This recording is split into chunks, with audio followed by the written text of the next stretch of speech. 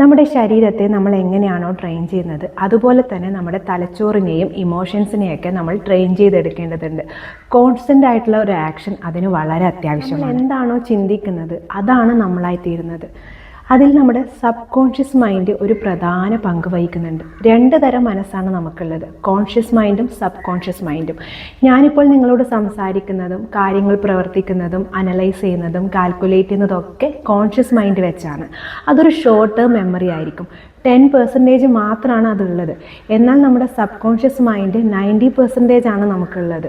അതൊരു long term memory ആയിരിക്കും. നമ്മുടെ creativity, intuition, feelings, emotions, spiritual connection, habit, relationship patterns ഒക്കെ അതുമായിട്ട് കണക്ട് ചെയ്തായിരിക്കും പ്രവർത്തിക്കുന്നത്. നമ്മൾ ചെറുപ്പം മുതലേ അനുഭവിച്ചു വന്ന, അതായത് മാതാപിതാക്കളിൽ നിന്നോ അധ്യാപകരിൽ നിന്നോ കൂട്ടുകാരിൽ നിന്നോ റിലേറ്റീവ്സിൽ നിന്നൊക്കെ നമ്മൾ എടുക്കുന്ന നമ്മളെക്കുറിച്ചുള്ള അഭിപ്രായങ്ങളും ബിലീഫ്സും വാല്യൂസൊക്കെയാണ് ഒരു നെറ്റ്വർക്കായിട്ട് നമ്മുടെ തലച്ചോറിൻ്റെ അകത്ത് രൂപപ്പെടുന്നത്. കാലം പോകുന്തോറും ഇത് സ്ട്രോങ് ആയി വന്നുകൊണ്ടേയിരിക്കും. ഈ നെറ്റ്വർക്ക് അനുസരിച്ചായിരിക്കും നമ്മൾ സംസാരിക്കുന്നതും പ്രവർത്തിക്കുന്നതും വിശ്വസിക്കുന്നതും. അതുകൊണ്ട് തന്നെ അതിൻ്റെ ഒരു റിഫ്ലക്ഷനാണ് നമുക്കും ലഭിക്കുന്നത്. ഒരു ചെറിയൊരു എക്സാമ്പിൾ പറഞ്ഞുതരാം. വളരെ വിഷമിച്ചിരിക്കുമ്പോൾ നമ്മൾ ഇൻസ്റ്റഗ്രാം നോക്കുകയാണെങ്കിൽ അതുമായിട്ട് കണക്ട് ചെയ്യുന്ന ഒരുപാട് റീൽസ് നമ്മുടെ ഫീഡിൽ വരുന്നത് കാണാം അല്ലേ?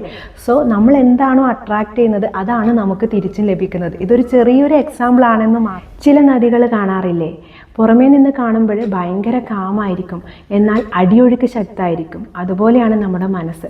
പുറമേ നിന്ന് കാണുമ്പോൾ നമ്മുടെ കോൺഷ്യസ് മൈൻഡ് ഭയങ്കര കാമായിരിക്കും, എന്നാൽ സബ് കോൺഷ്യസ് മൈൻഡ് അതുപോലെ ആയിരിക്കില്ല. നമ്മളൊരു മോട്ടിവേഷൻ ക്ലാസ് കേട്ടാലോ അല്ലെങ്കിൽ ഒരു ബുക്ക് വായിച്ചാലോ ആ സമയം നമ്മൾ പെട്ടെന്ന് മോട്ടിവേറ്റഡ് ആവും അല്ലേ? പക്ഷെ ഒരു 2-3 ഡേയ്സ് കഴിയുമ്പോൾ നമ്മൾ പിന്നെയും നമ്മുടെ പഴയ പാതയിൽ തന്നെ ആയിരിക്കും. സോ നമുക്ക് അത്ര പെട്ടെന്നൊന്നും നമ്മൾ ശീലിച്ച ഈ ഒരു ഹാബിറ്റ് മാറ്റാൻ കഴിയില്ല. സോ അതിന് നമ്മൾ നമ്മുടെ മൈൻഡിനെ നല്ല രീതിയിൽ ട്രെയിൻ ചെയ്യിപ്പിക്കേണ്ടതുണ്ട്. അത് ട്രെയിൻ ചെയ്യിപ്പിക്കാൻ പറ്റിയ കുറച്ച് ടെക്നിക്സ് അല്ലെങ്കിൽ കുറച്ച് കാര്യങ്ങളാണ് ഞാൻ ഇന്നിവിടെ പറയുന്നത്. മെൻ്റൽ ഫിറ്റ്നസ് കൊണ്ടുവരാൻ ഏറ്റവും നല്ലത് മൈൻഡിന് ഒരു എക്സസൈസ് കൊടുക്കുക.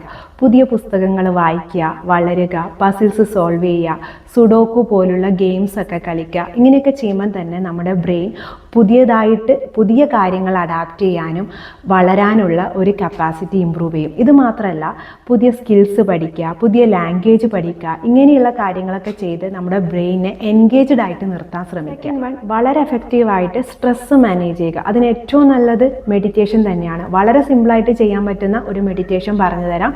4 സെക്കൻഡ്സിൽ ശ്വാസം അകത്തോട്ട് എടുക്കുക. എടുത്ത ശ്വാസം 7 സെക്കൻഡ്സ് ഹോൾഡ് ചെയ്യുക. അതിനുശേഷം 8 സെക്കൻഡ്സിൽ ശ്വാസം പുറത്തു വിടുക.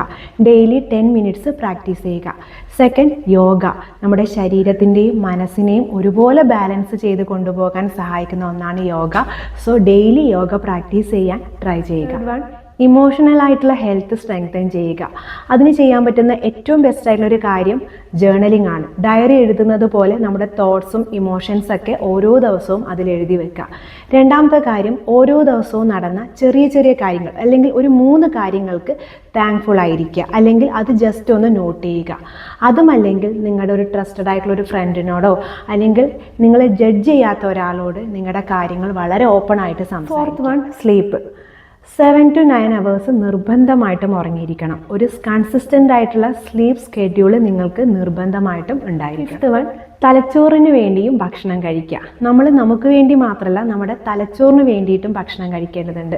omega-3 റിച്ച് ആയിട്ടുള്ള ഭക്ഷണങ്ങളും ആൻറ്റി ഓക്സിഡൻസ് ഒക്കെ അടങ്ങിയിട്ടുള്ളതും വൈറ്റമിൻ ബി, വൈറ്റമിൻ ഡി അടങ്ങിയിട്ടുള്ള ഭക്ഷണങ്ങളൊക്കെ ധാരാളം ഡയറ്റിൽ ഉൾപ്പെടുത്തുക. 6th, എന്തെങ്കിലും ഒരു ഫിസിക്കൽ ആക്ടിവിറ്റിയിൽ ഏർപ്പെടുക. Like walking, swimming, sports activities, dancing, അങ്ങനെ ഏതെങ്കിലും ഒരു ഫിസിക്കൽ ആക്ടിവിറ്റിയിൽ എൻഗേജ്ഡ് ആയിട്ടിരിക്കുക. അത് നമ്മുടെ ഹാപ്പി ഹോർമോൺസിനെയൊക്കെ റിലീസ് ചെയ്യാൻ നന്നായിട്ട് help. And last one, meaning full ആയിട്ടുള്ള റിലേഷൻഷിപ്പിൽ കണക്ട് ചെയ്തിരിക്കുക. അതുമാത്രമല്ല, നിങ്ങൾ നിങ്ങളോട് തന്നെ ഒരു പോസിറ്റീവ് സെൽഫ് ടോക്ക് നടത്തുക. നിങ്ങൾക്ക് എന്താണോ വേണ്ടത്, എന്ത് ഡ്രീമാണോ നിങ്ങൾക്ക് അച്ചീവ് ചെയ്യാൻ ആഗ്രഹിക്കുന്നത്, നിങ്ങളുടെ ഫ്യൂച്ചർ എങ്ങനെയായിരിക്കണം എന്നുള്ളത് നിങ്ങൾ നിങ്ങളോട് തന്നെ സംസാരിച്ചുകൊണ്ടിരിക്കുക. നിങ്ങളുമായിട്ട് കണക്ട് ചെയ്തിരിക്കുക. നിങ്ങൾക്ക് ഉണ്ടായിട്ടുള്ള ഫെയിലിയേഴ്സിനെയൊക്കെ ഒരു ലേണിംഗ് എക്സ്പീരിയൻസ് ആയിട്ട് മാത്രം കണ്ട് മുന്നേറുക. ഈ കാര്യങ്ങളൊക്കെ ഒന്ന് ചെയ്തു നോക്കൂ. നിങ്ങളുടെ മെൻ്റൽ ഹെൽത്ത് നല്ല രീതിയിൽ മാറുന്നത് കാരണം പുതിയൊരു സെറ്റ് ഓഫ് ഹാബിറ്റ് നമ്മൾ നമ്മുടെ ലൈഫിൽ കൊണ്ടുവരികയാണ്. സോ ടൈം എടുക്കും, പക്ഷേ നമ്മുടെ മെൻ്റൽ ഹെൽത്ത് നല്ല രീതിയിൽ ഇമ്പ്രൂവ് ചെയ്യുന്നത് നമുക്ക് കാണാം. ഫിസിക്കൽ ഫിറ്റ്നസ്സും മെൻ്റൽ ഫിറ്റ്നസ്സും ഒരുപോലെ നിങ്ങൾ ആഗ്രഹിക്കുന്നുണ്ടെങ്കിൽ താഴെ കാണുന്ന ഡിസ്ക്രിപ്ഷൻ ബോക്സിനുള്ള നമ്പറിൽ കോൺടാക്റ്റ് ചെയ്യുക. 21 ദിവസം കൊണ്ട് മൈൻഡ് റീപ്രോഗ്രാമിംഗ് ചെയ്ത് യോഗ ക്ലാസ്സിലൂടെ നിങ്ങളുടെ പുതിയൊരു ഫിസിക്കൽ ഫിറ്റ്നസ്സും മെൻ്റൽ ഫിറ്റ്നസ്സും ഫോം ചെയ്തെടുക്കുന്നതാണ്.